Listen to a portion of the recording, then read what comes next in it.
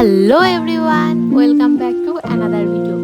আমরা পৌঁছে গেছি আমাদের রিসর্টে। আমাদের যেহেতু ফার্স্ট ডেস্টিনেশন ছিল ফুকেট, তো আমরা আমাদের ফুকেটের রিসর্টে পৌঁছে গেছি। সমস্ত কিছু চেকিং করে, সব প্রসিডিওর করে, লাগেজটা রুমে রেখে আমরা এখন বেরিয়ে পড়েছি লাঞ্চ করব বলে।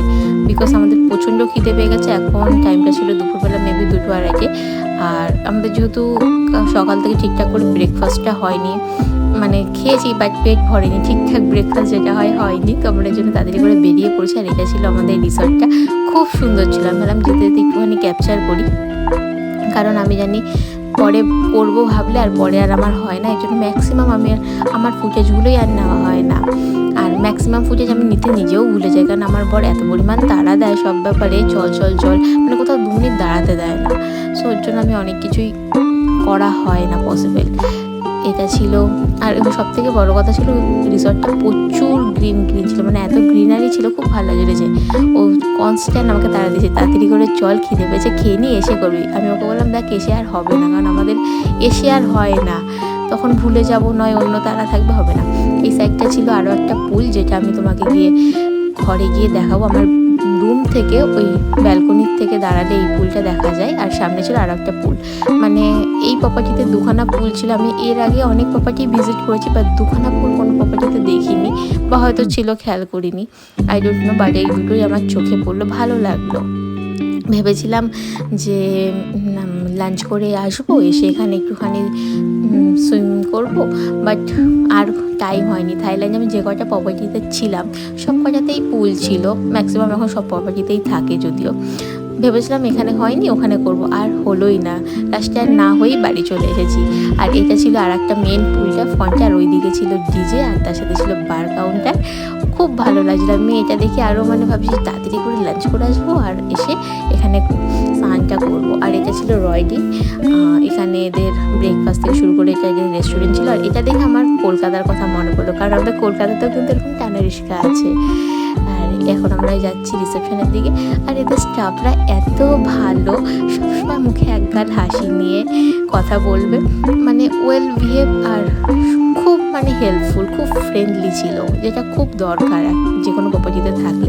আর এদিকে অনেক বই সাজানো ছিল। ভেবেছিলাম এখান থেকে কিছু বই দেখবো, পড়বো, সেটাও আমার হয়ে ওঠেনি, মানে কি বলবো।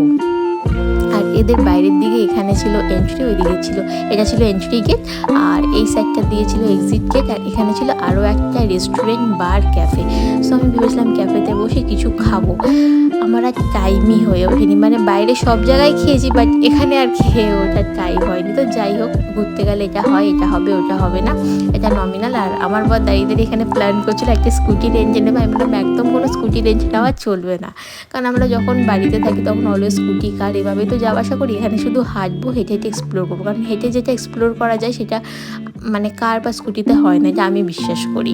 হেঁটে প্রতিটা জিনিস খুব ভালো করে এক্সপ্লোর হয়। তো আমি তাই হাঁটতে হাঁটতে দেখছিলাম যে কোথায় কী আছে, কোথায় কী শপ আছে। এখানে প্রচুর ফ্রুটের শপ আর ফ্লাওয়ার শপ, মানে তাই দেখে যা বুঝলাম এখানকার লোক ফ্রুট আর ফ্লাওয়ার খুব ভালোবাসে। আর আমারও তাই খুব ভালো লাগছিল দেখতে। সো আমরা প্রতিটা দোকানে গিয়ে দেখছিলাম যে কী খাবো না, কারণ খুব কনফিউজ ছিলাম। কারণ আমাদের ফুড হ্যাবিটের সাথে এদের ফুড হ্যাবিট যথেষ্ট ডিফারেন্ট, যথেষ্ট কি পুরোটাই ডিফারেন্ট বলা উচিত।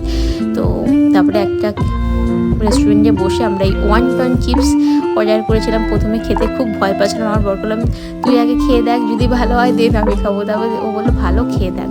আর ও নিয়েছিল থাই ফ্রাইড রাইস, আমি নিয়েছিলাম থাই অমলেট, তার সাথে কোল্ড ড্রিঙ্কস, যেটা ছাড়া খাবারগুলো উদ্ধার করা খুব একটা সম্ভব না, বিকজ টেস্টটা একটু ডিফারেন্ট, যেহেতু কোল্ড ড্রিঙ্কস হলে অ্যাডজাস্ট হয়ে যাচ্ছিলো। আর আমি তার সাথে নিয়েছিলাম এদের লোকাল ডেজার্ট, যেটা থাইল্যান্ডের famous dessert, mango sticky rice.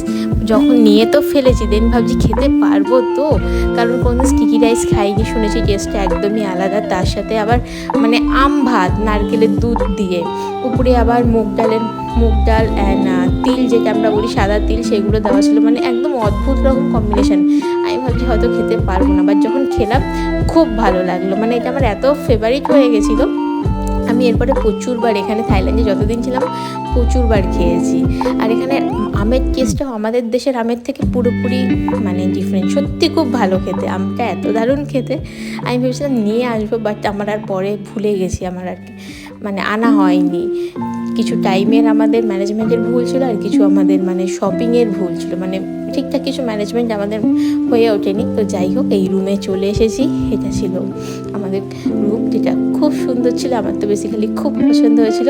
আর আমি দেখছিলাম যে রুমে কোথায় কি আছে, কারণ আমি এসে থেকে রুমটা সেভাবে দেখিনি, জাস্ট ব্যাগগুলো রেখেই আমরা বেরিয়ে গেছিলাম। সো দেখছি একটা বড় ছাতা আছে। আমি তো আমার বড় বললাম ছাতাটা বেকার আনলাম। ও বলছে এত বড় ছাতা নিয়ে তুই হাঁটতে পারবি? তাহলে সেটাও ঠিক, আমাদের তো অভ্যাস নেই। আর এটা আমি ভাবলাম এটা কী জিনিস, অনেকক্ষণ খোঁচাখুচি করার পর বুঝলাম এটা একটা টর্চ লাইট। মানে এত ভালো লাগলো, আমি ভাবলাম যে যদি রাস্তায় এরকম মানে দোকানে কোথাও পাই আমি বাড়ির জন্য নিয়ে যাবো। যাই হোক, আমি আর দেখিনি এরকম। আর এটা ছিল আমাদের ব্যালকনিটা, যেটা খুব খুব সুন্দর ছিল। আমি যখনই মানে হোটেলে আসতাম ফ্রেশ হয়ে ব্যালকনিতে বসে থাকতাম, মানে আমার ম্যাক্সিমাম টাইমটা ব্যালকনিতেই কেটে গেছে। এত সুন্দর ছিল।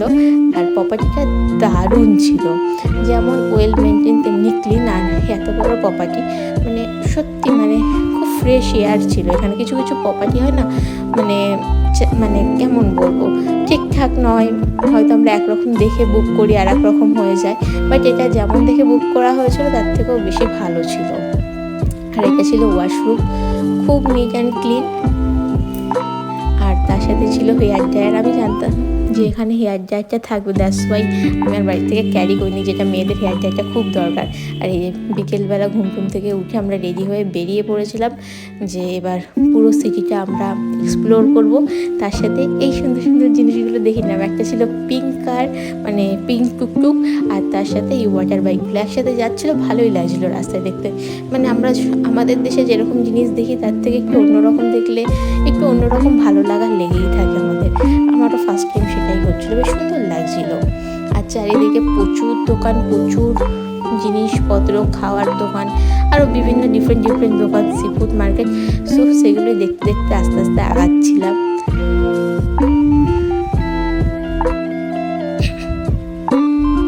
আর এগুলো ছিল হচ্ছে ম্যাসাজ পার্লার। তো আমি ফার্স্ট ভেবেছিলাম যে ম্যাসাজটা করে দিন, ভাবলাম যে আজকেই সবে আমরা ট্রিপ শুরু হলো, ঠিক আছে 2 দিন থেকে নিই তারপরে করবো। বাট ওই যে বললাম পরে কথা ভাবলে আর কিছুই হয় না। তো আমার বেসিক্যালি সেই জিনিসটা আর হয়ে ওঠেনি।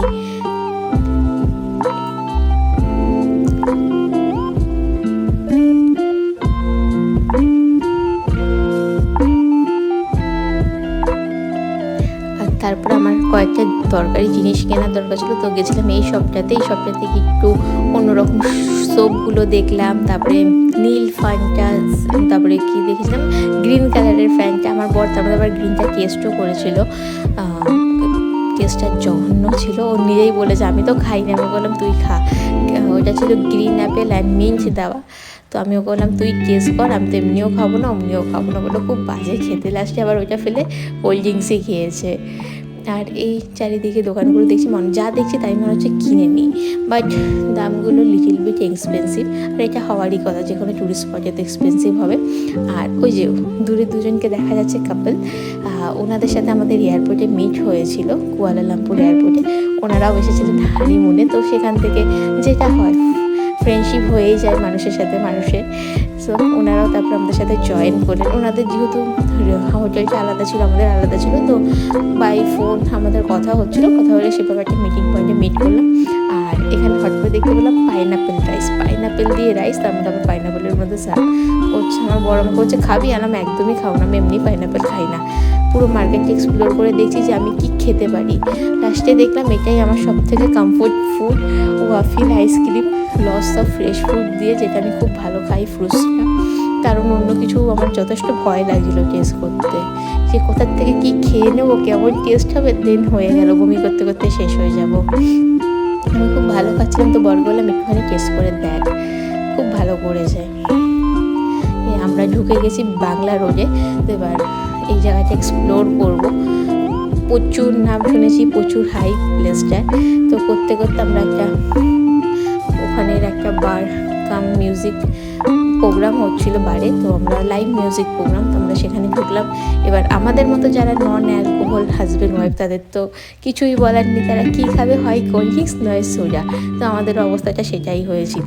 তো যাই হোক, কী খেলাম না খেলাম ম্যাটার করে না, বাট এত সুন্দর একটা অ্যাটমসফিয়ার, এত দারুণ ওখানে মিউজিক প্লে হচ্ছিলো যে মনটা এমনিই ভালো হয়ে যায়। দেন ওখানে বেশিক্ষণ বসতে পারিনি, বিকজ আমার বরের দুটো আর্জেন্ট কল আসছিলো, তো ওকে অ্যাটেন্ড করতে হতো। তো আমরা বেরিয়ে রাস্তার একটা সাইডে গিয়ে, যেখানে একটু মানে নির্জন প্লেস, সেখানে গিয়ে দাঁড়ালাম। আর আমি দেখছি এখানে মাইকেল জ্যাকসন হয়ে কেউ প্রোগ্রাম করছিল, তো ভালোও লাগছিলো। এবার তার মধ্যে আমার হাজব্যান্ডকে বললাম যে তুই তাড়াতাড়ি করে তোর কলগুলো মিটিয়ে নে, দিন আর একবার ঘোরা যাবে। আর আমি ততক্ষণ আমার ওই যে নতুন ফ্রেন্ড হয়েছিল তাদের সাথে একটুখানি আশেপাশে যা ছিল সেটা ঘুরে ঘুরে দেখছিলাম। এখানে ম্যাক্সিমাম বলা ভুল, এখানে প্রতিটা জায়গাতেই বার অ্যান্ড প্রতিটাই নাইট ক্লাব, আর সবগুলোতে খুব সুন্দর সুন্দর প্রতিদিন ডিজে নাইট হচ্ছে। আর সবচেয়ে বড় কথা, এখানে কোথাও মানে প্রতিটা জায়গাতে কোথাও এন্ট্রি ফিজ নেই। তুমি এন্ট্রি করে যাও, তারপরে তুমি তোমার পছন্দ মতো কিছু একটা ড্রিঙ্ক নাও বা না নাও, কোনো অসুবিধে নেই, তুমি একটা ভালো টাইম কাটাতে পারবে। আমি এটাই দেখছিলাম যে আমরা যেখানে ছিলাম সেখানে তো প্রোগ্রাম হচ্ছিলোই, এছাড়াও বাকি যতগুলো জায়গা ছিল সবগুলোতেই ভালো ভালো প্রোগ্রাম হচ্ছে, যেটা খুব ভালো লাগলো দেখে।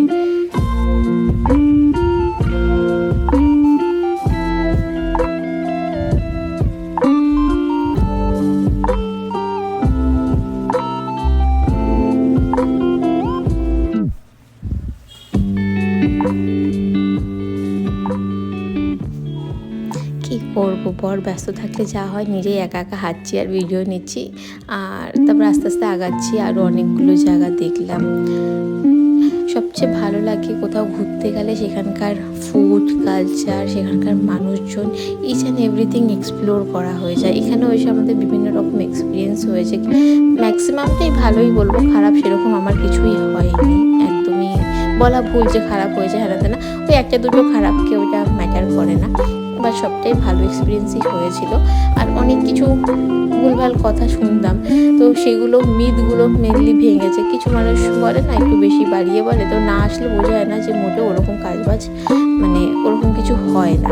মানে আমার শোনা অনেকে যারা আছে বন্ধুবান্ধব অনেক কিছু বলতো ভুলভাল, তো আমি নিজে সেগুলো ফেস করিনি, একদমই ফেস করিনি। যথেষ্ট ডিসেন্ট মানুষজন এখানকার, আর কেউ তোমাকে কোনো রকম ডিস্টার্ব করবে না, তুমি তোমার মতো থাকতে পারো। এবার আমরা ডিসাইড করেছিলাম একটুখানি প্যাটং বিচে যাব, কারণ অনেকক্ষণ ওইখানে ছিলাম, তো একটু বিচে যাব। তো বিচের জন্য আমরা বেরিয়ে গেছি। আর যেহেতু আমরা হ্যালোউইনের সময়টায় গেছিলাম, তো কি সুন্দর বিচে হ্যালোউইনের ডেকোরেশন করা ছিল, আর এখানে ইয়োগা সেশন চলছিল। আমি ভাবলাম আমি একবার জয়েন করে যাই, তারপর ভাবলাম না থাক, ঘুরতে এসে নাই বা এক্সারসাইজ করলাম, বুঝি তো করছি। আর এই সবাই ছবি তুলছিল, আমি ভাবলাম যে আমি একটু তুলবো, তো বরপাটা ভালো ভালো ছবি তুলে দিয়েছে।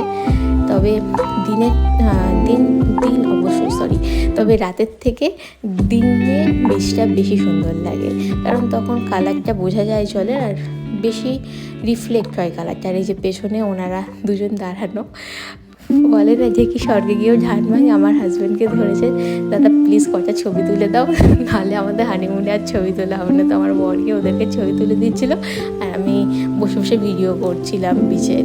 আর দেন ওখান থেকে বেরিয়ে আবার একটু সি ফুড মার্কেটে গেছিলাম, যে কী কী সি ফুড আছে, আরও কী টাইপের হতে পারে একটু এক্সপ্লোর করে আসি।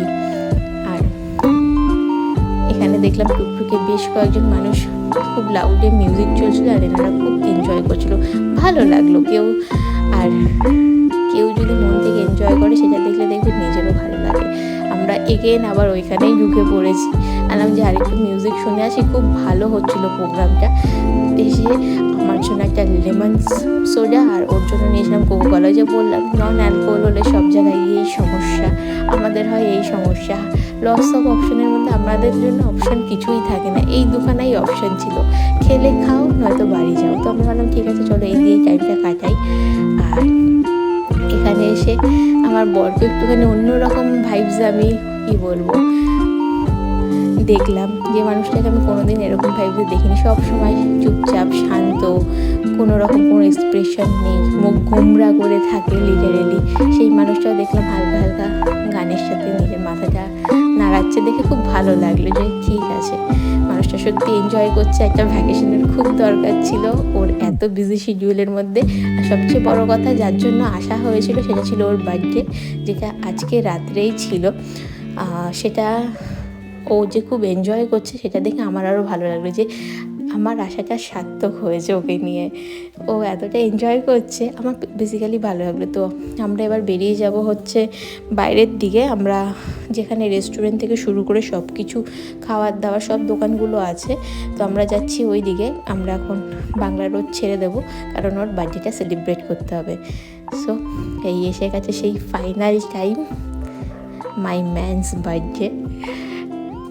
এখানেও আমাদের কেক কিনতে গিয়েও বিভিন্ন রকম এক্সপিরিয়েন্স হয়েছে। বোঝাতে পারছি না, কেকের উপর হ্যাপি বার্থডে লিখতে হবে সেটা বোঝাতে পারছি না, মানে ভাষার একটা প্রচণ্ড ব্যারিয়ার এইখানে। সো অনেক কষ্টে বুঝিয়ে আবার কেকের উপর হ্যাপি বার্থডে লিখবে, তার জন্য আলাদা করে আমার থেকে 15 বার চার্জ নিয়েছিলাম। ঠিক আছে, তাও নাও, বাট লিখে দাও। আমাদের দেশে যেটা সব থেকে ইজি, সেটা এখানে অতটা ইজি নয়, এটাই দেখলাম। খুব খুশি, মুখটা দেখলে বোঝা যাচ্ছে। আর এই খুশিটার জন্য তো সব কিছু করা যায়, অন্তত আমি তো পারি ওকে ওর এই হাসি মুখ দেখার জন্য সব কিছু করে দিতে। সো